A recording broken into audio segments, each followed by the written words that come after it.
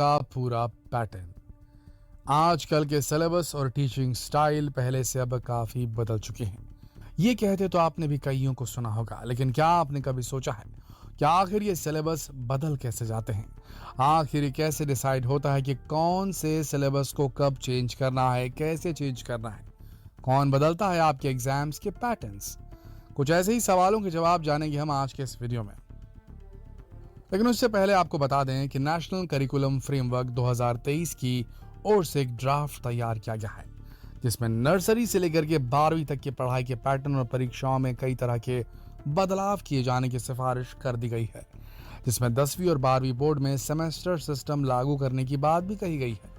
साथ ही अगर सरकार की ओर से सिफारिश को मंजूरी मिल जाती है तो क्लास 2 तक के बच्चों को एग्जाम से छुटकारा मिल सकता है। तो आइए जरा डिटेल में जानते हैं कि आखिर इस ड्राफ्ट में क्या क्या बदलाव किए गए हैं।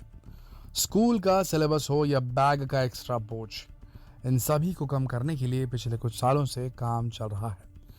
ऐसे में बच्चों को केवल किताबी ज्ञान देने की जगह उन्हें स्किल सिखाने पर जोर दिया जा रहा है। इसीलिए छोटी क्लास के बच्चों के ऊपर से भी असेसमेंट और यूनिट टेस्ट का बोझ हटाने पर बात हो रही है। अगर आपको याद हो तो केंद्र सरकार ने साल 2020 में न्यू एजुकेशन पॉलिसी लागू की थी और उसके बाद ही नेशनल करिकुलम फ्रेमवर्क, जिसे एनसीएफ भी कहा जाता है, उसे तैयार करने के लिए इसरो के पूर्व चेयरमैन के कस्तूरी रंगन की अध्यक्षता में एक नेशनल स्टीयरिंग कमेटी बनाई गई थी। अब इस कमेटी ने अपना ड्राफ्ट सरकार को सौंप दिया। इसमें मुख्य तौर पर स्कूली शिक्षा को 4 बड़े भागों में बांटा गया: फाउंडेशनल, प्रिपरेटरी, मिडिल और सेकेंडरी। लेकिन अब आगे इसमें और क्या इंपॉर्टेंट है, इसे जानने से पहले जान लेते हैं कि आखिरकार ये नेशनल करिकुलम फ्रेमवर्क है क्या। दरअसल नेशनल करिकुलम फ्रेमवर्क एक तरह का डॉक्यूमेंट है जिसके आधार पर सिलेबस तैयार की जाती है। एनसीईआरटी की टेक्स्ट बुक्स का मौजूदा सेट एनसीएफ 2005 पर ही बेस्ड है। और क्लियर लैंग्वेज में समझाएं तो जब भी हमारे देश में कोई नई एजुकेशन पॉलिसी लागू की जाती है तो उसके कुछ सालों बाद नेशनल करिकुलम फ्रेमवर्क भी तैयार किया जाता है, क्योंकि इसी के आधार पर तो सारे सिलेबस, किताबें, पढ़ाई के पैटर्न, एग्जाम्स के पैटर्न वगैरह वगैरह डिसाइड किए जाते हैं। अब क्योंकि न्यू एजुकेशन पॉलिसी के बाद नेशनल करिकुलम फ्रेमवर्क को भी कुछ सालों के बाद लाया जाता है, इसीलिए आपको बता दें कि भारत में एनसीएफ को अब तक 4 बार साल 1975, 1988, 2000 और 2005 में रिवाइज किया गया है। इससे फिलहाल देश में जो भी एजुकेशन सिस्टम है वो साल 2005 के नेशनल करिकुलम फ्रेमवर्क के अनुसार ही है। लेकिन अब क्योंकि साल 2020 में नई एजुकेशन पॉलिसी आई है, इसलिए इससे जुड़ी नेशनल करिकुलम फ्रेमवर्क के ड्राफ्ट को अभी सरकार के सामने पेश किया गया है। अब इस ड्राफ्ट में क्या क्या है इसकी बात करें तो क्योंकि साल 2020 की जो नई शिक्षा नीति है उसमें 10+2 के सिस्टम को हटाकर 5+3+3+4 किया गया था, जिसका मतलब हुआ फाउंडेशनल, प्रिपरेटरी, मिडिल और सेकेंडरी। फाउंडेशनल में नर्सरी से लेकर क्लास 2 तक के बच्चे, प्रीपेटरी फेस में क्लास 3, 4 और 5 के बच्चे, फिर मिडिल क्लास में 6th, 7th और क्लास 8 के बच्चे, और फिर सेकेंडरी में आए क्लास 9 से लेकर के 12 तक के स्टूडेंट आते हैं। बात अगर पहले सेकेंडरी लेवल की करें तो इसमें क्या बड़े बदलाव की बात कही गई है। दरअसल अभी के एजुकेशन सिस्टम के कंपैरिजन में इस ड्राफ्ट में बच्चों पर परीक्षा का तनाव रहता है। उस तनाव को दूर करने के लिए इसमें बड़े सुझाव दिए गए हैं। सबसे बड़ी बात तो ये कि बोर्ड परीक्षा के पैटर्न को ही बदलने की बात कही गई है। अब बोर्ड परीक्षा को 2 बार दिया जा सकता है। क्लास 12वीं में 2 टर्म में बोर्ड परीक्षाएं होंगी। अभी तक साल में 1 बार बोर्ड परीक्षा होती है, लेकिन अब इसको 2 बार किया जा सकता है। दोनों टर्म के एग्जाम के रिजल्ट के आधार पर फाइनल रिजल्ट तैयार किया जाएगा। ऐसा करने से उन स्टूडेंट्स को भी फायदा मिलेगा जो पूरे साल पढ़ाई करने के बावजूद भी किसी न किसी वजह से फाइनल बोर्ड की परीक्षा में नहीं बैठ पाते थे और फिर उनका पूरा का पूरा साल ही बर्बाद हो जाता था।